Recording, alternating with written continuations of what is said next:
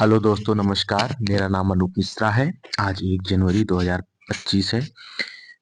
मेरे सभी दर्शकों को, जो मेरे वीडियो को देखते हैं, और समस्त देशवासियों को जो नहीं देखते हैं, सभी को नव वर्ष की हार्दिक शुभकामनाएं। सभी का जीवन सफलताओं से भरा हो, सुख समृद्धि शांति हो और नित नए जीवन में नई ऊंचाइयां प्राप्त करें। ये मेरा चैनल लर्न विद हल्का, जिसपे मैं शिक्षक समाचार रोज आप लोगों को सुनाता हूँ। चलिए आज समाचार की तरफ बढ़ते हैं। इस वर्ष बम्पर भर्तियां निकलेंगी, 800 नए अस्पताल शुरू होंगे। यानी कि सरकार लगभग 800 नए पीएमसीएच की स्थापना करने जा रही है, जिसमें हर प्रकार के विभाग कह सकते हैं आप, या मतलब विभागीय वैकेंसी जो है निकलना शुरू हो जाएगी दोस्तों। ठीक है, तो स्वास्थ्य मंत्री की अध्यक्षता में विभाग में उच्च स्तरीय समीक्षा बैठक हुई है, जिसमें आने वाले समय में अगर 800 अस्पताल खुल रहे हैं, अगर एक अस्पताल में 20 कर्मचारी या 10 कर्मचारी, मान लीजिए हम 10 कर्मचारी मान के चलते हैं, तो उस हिसाब से 8,000 मिनिमम वैकेंसी अलग अलग विभाग में निकलेगी। अगला समाचार है बीपीएससी से संबंधित। बीपीएससी अभ्यर्थियों के जगह जगह प्रदर्शन के कारण प्रशासन ने उठाया यह कदम। गांधी मैदान और बीपीएससी कार्यालय को संवेदनशील इलाका माना गया है। बीपीएससी कार्यालय के 100 मीटर के दायरे में धारा 144 लागू है। गर्दनी बाग में भी पुलिस बल की तैनाती। यानी कि जो खबर निकल के आ रही है, गर्दनी बाग में भी पुलिस बल की तैनाती रहेगी। 2 जनवरी को प्रदेश भर से बीपीएससी अभ्यर्थी के आने की संभावना है, इसलिए काफी संख्या में पुलिस बल तैनात रहेंगे। हालांकि प्रशासन की ओर से पहले भी अभ्यर्थियों से अपील की गई है कि वे शांतिपूर्ण तरीके से आंदोलन करें तो उन्हें दिक्कत नहीं होगी। शहर में अशांति या विधि व्यवस्था की समस्या उत्पन्न करने वालों पर भी कार्रवाई होगी। आंदोलन के कारण आम लोग परेशान हो रहे, इसलिए प्रशासन को कार्रवाई करनी पड़ रही है। बीपीएससी कार्यालय के पास निषेधाज्ञा लागू, यानी कि बीपीएससी कार्यालय के 100 मीटर के अंदर कोई भी नहीं जा सकता है। मतलब बहुत अजीब बात है। मतलब लोकतंत्र है, स्वतंत्रता है, समानता है, आर्टिकल 19 है, कहीं भी विचरण करने का स्वतंत्र अधिकार है। फिर भी गांधीवादी देश में गांधीवादी विचारधारा से आप प्रोटेस्ट नहीं कर सकते। देखिए क्या होता है, भविष्य के गर्त में छुपा है। अगला समाचार है, निरीक्षण से 92% कक्षाएं समय पर हो रही शुरू।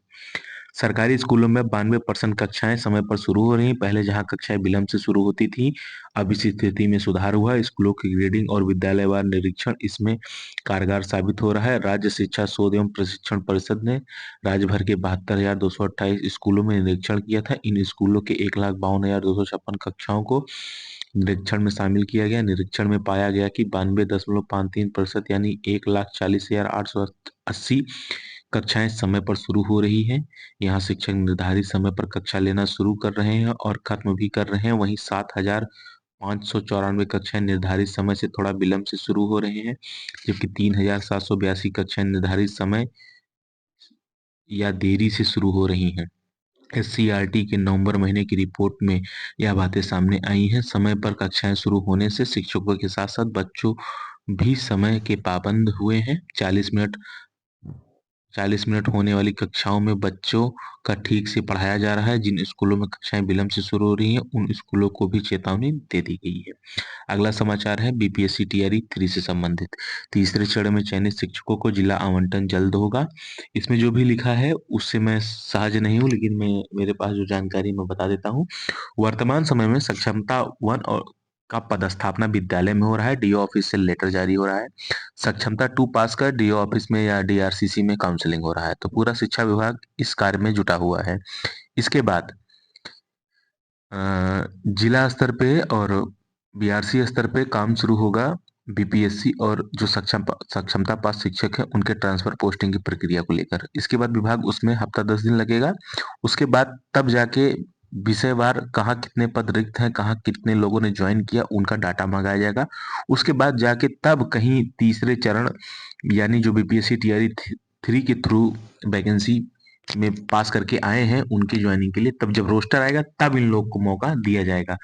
तो मुझे लग रहा है ट्रेनिंग फरवरी के पहले इनकी नहीं स्टार्ट हो पाएगी, और ज्वाइनिंग इनकी मार्च लास्ट या मार्च में या अप्रैल में, मार्च लास्ट या अप्रैल में इनकी स्कूल में ज्वाइनिंग हो पाएगी। इसके पहले वेतन नहीं उठा पाएंगे, जहां तक मेरी जानकारी है। बाकी विभाग जो भी कह रहा है, लेकिन विभाग के अंदर में जो चल रहा है मैं वो एकदम सही सटीक बता रहा हूँ। अगला है स्टूडेंट क्रेडिट कार्ड और कुशल युवा प्रोग्राम में किया जाएगा बदलाव, यानी कि ये बहुत इंपॉर्टेंट चीज है, इसे देख लेते हैं। दोनों योजनाओं पर सिफारिश देने के लिए 5-5 डीएम की कमेटी बनी है। बढ़ सकती है कर्ज की राशि, सरल होगी किस्त, योजनाओं से जुड़ेंगे नए कोर्स, यानी कि सूबे में स्टूडेंट क्रेडिट कार्ड योजना और कुशल युवा प्रोग्राम को और प्रभावी बनाया जाएगा। इन दोनों महत्वपूर्ण योजनाओं के अमल को और कारगर बनाने के लिए राज्य सरकार ने 5-5 डीएम की 2 समितियां बनाई हैं। इन समितियों को अगले वित्तीय वर्ष लागू किया जाएगा। स्टूडेंट क्रेडिट कार्ड योजना के लिए बनी कमेटी में पटना के डीएम चंद्रशेखर सिंह, मुजफ्फरपुर के डीएम सुब्रत कुमार सेन, सारण के डीएम अमन समीर और मुंगेर के डीएम अवनीश कुमार सिंह और दरभंगा के डीएम राजीव रोशन शामिल किए गए हैं। कुशल युवा प्रोग्राम के लिए गया के डीएम त्यागराजन एसएम, नालंदा के डीएम शशांक शुभंकर, भागलपुर के डीएम नवल किशोर चौधरी, सहरसा के डीएम वैभव चौधरी और पूर्णिया डीएम कुंदन कुमार की कमेटी बनाई गई है। दोनों कमेटी को जिन मुद्दों पर सुझाव देना है उनमें स्टूडेंट क्रेडिट कार्ड के तहत दी जाने वाली ऋण राशि की सीमा 4 लाख से बढ़ाकर कोर्स के आधार पर तय करना शामिल है। इससे छात्रों को शेष राशि के लिए बैंक या अन्य कहीं कर्ज लेने की जरूरत नहीं पड़ेगी। यह सरकार के द्वारा उठाया जाने वाला विद्यार्थियों के पक्ष में एक अच्छा पहल है और सरकार को इसे आगे बढ़ाना चाहिए।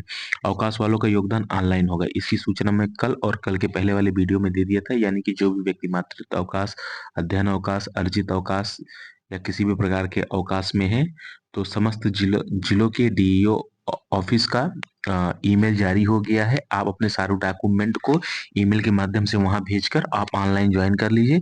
जिस दिन आपकी छुट्टी खत्म होती है फिर आप ऑफलाइन जाके ज्वाइन कर सकते हैं विद्यालय में। जब आपकी छुट्टी खत्म हो जाए, जब आप जाके ऑफलाइन ज्वाइन कर लेंगे तो वहां से वो मान लिया जाएगा। बाकी आपको इधर जो भी वेतन मिलना है नहीं मिलना है, जिस अवकाश में जैसे व्यवस्था होती है वो जोड़ के यही 1 तारीख से ही मिलना शुरू हो जाएगा। तो इसीलिए आपको बहुत परेशान होने की जरूरत नहीं है। लेकिन जो निलंबित शिक्षक हैं अभी वो योगदान नहीं कर सकते हैं, ये एक दुखद खबर है। अगला समाचार ऐसा है जो बिहार के हर शिक्षक को देखना चाहिए। डमरू व बांसुरी बजाकर बच्चों को स्कूल बुलाते हैं शिक्षक। सूबे के सरकारी विद्यालय में बच्चों की उपस्थिति बढ़ाने को लेकर शिक्षा विभाग के अधिकारी से लेकर शिक्षक तक अपने अपने तरीके से प्रयास कर रहे हैं। बच्चों को स्कूल तक लाने के लिए शिक्षक घर घर दस्तक दे रहे हैं। मधुबनी में हर लाठी और के राजकीय प्राथमिक विद्यालय पोतगाह अजा टोल के शिक्षकों ने बच्चों को स्कूल बुलाने व अभिभावकों को जागरूक करने के लिए अनोखी पहल शुरू की है। स्कूल में बच्चों के नामांकन के लिए टोले मोहल्ले में शिक्षक डमरू और बांसुरी बजाकर बच्चों और अभिभावकों को प्रेरित कर रहे हैं। डमरू और बांसुरी बजाकर मोहल्लों में घूमने वाले शिक्षकों के पीछे पीछे बच्चे भी स्कूल तक खींचे चले आते हैं। ऐसे शिक्षकों से बात की गई तो उनका कहना था कि इससे बच्चों में पढ़ाई के प्रति रुचि जग रही है और बच्चों की संख्या में इजाफा हो रहा है। बच्चों के अभिभावकों और ग्रामीणों का कहना है कि सरकारी विद्यालय में शिक्षा व्यवस्था को पटरी पर लाने और बच्चों को पढ़ाई के प्रति आकर्षित करने के उद्देश्य से शिक्षकों की पहल स्वागत योग्य है। विद्यालय के एच एम शंभू कुमार ने बताया कि हम लोग अपने स्तर से बच्चों को स्कूल बनाने के उद्देश्य से सभी तरह से प्रयास कर रहे हैं। हमारे शिक्षक बच्चों को स्कूल आने के लिए प्रेरित कर रहे हैं। ग्रामीणों ने बताया कि विभाग के आदेश से अलग हटकर शिक्षकों की यह पहल सराहनीय है। नए बच्चों को स्कूल में नामांकन कराने के लिए शिक्षक तरह तरह की कवायदे कर रहे हैं। शिक्षकों का कहना है कि इसके लिए दस्तक अभियान चलाया जा रहा है। इसमें ऐसे बच्चे को स्कूल में दाखिला दिलाने के लिए शिक्षक घर घर दस्तक दे रहे हैं जो चौक चौराहा पर भटकते रहते हैं या जो गरीबी के कारण पढ़ाई छोड़कर दुकानों में बाल मजदूरी कर रहे हैं। ठीक है, ये बहुत ही सराहनीय कदम है। आगे बढ़ते हैं। मुख्यालय से आया निर्देश, अभी सुविधाओं के लिए खेद है। सक्षमता 2 की काउंसलिंग चल रही थी जिसमें 2 स्लॉट के बाद काउंसलिंग और साइड में दिक्कत आने लगी जिससे काउंसलिंग हो नहीं पाई, तो शेष काउंसलिंग को रोक दिया गया और बोला गया कि काउंसलिंग बाद में की जाएगी, आप लोग को अलग से डेट दिया जाए क्योंकि काउंसलिंग में ओटीपी नहीं आ रही थी। तो फिर जिस भी विद्यार्थियों की इस वजह से कोई समस्या हुई है उन्हें परेशान होने की जरूरत नहीं, आगे चल के उनकी काउंसलिंग करवा दी जाएगी। आज से विशिष्ट शिक्षक करेंगे स्कूल में योगदान। तो विशिष्ट शिक्षकों को नए वर्ष की हार्दिक शुभकामनाएं और नए वर्ष पर आप नियोजन इकाई से निकल कर राज्यकर्मी के दर्जे में आ रहे हैं, इसके लिए आपको ढेर सारी शुभकामनाएं। आपका भविष्य उज्जवल हो, आप और आगे बढ़ें और तरक्की करें। अपने शिक्षक साथी को मेरी इस तरह से साहबार। एजुकेशन सेक्टर को 2025 से और ज़्यादा सुधार की उम्मीद है। 2024 में क्या-क्या बदलाव हुआ, आइए देखते हैं। 2024 में एनईपी के तहत बहुभाषी पाठ्यक्रमों का विस्तार हुआ। जून 2024 में सीयूईटी परीक्षा में तकनीकी समस्या पर विचार हुआ। दिसंबर 2024 में नो डिटेशन पॉलिसी को समाप्त करने का निर्णय लिया गया। दिसंबर 2024 में एडटेक और डिजिटल शिक्षण के लिए नई पहल की घोषणा की गई। 2025 में क्या भविष्य है इसका, आइए देखते हैं। 2024 ने शिक्षा में क्रांति का मार्ग प्रशस्त किया, जबकि 2025 इन सुधारों को और गहराई से लागू करने का वादा करता है। स्किल बेस्ड लर्निंग, एडटेक, नवाचार और नई शिक्षा नीति के लक्ष्यों के साथ भारत का शिक्षा क्षेत्र छात्रों को भविष्य की चुनौतियों के लिए तैयार करने के लिए अग्रसर है। 5+3+3+4 शिक्षक संरचना लागू करने से शिक्षकों की ट्रेनिंग में भी सुधार आया है।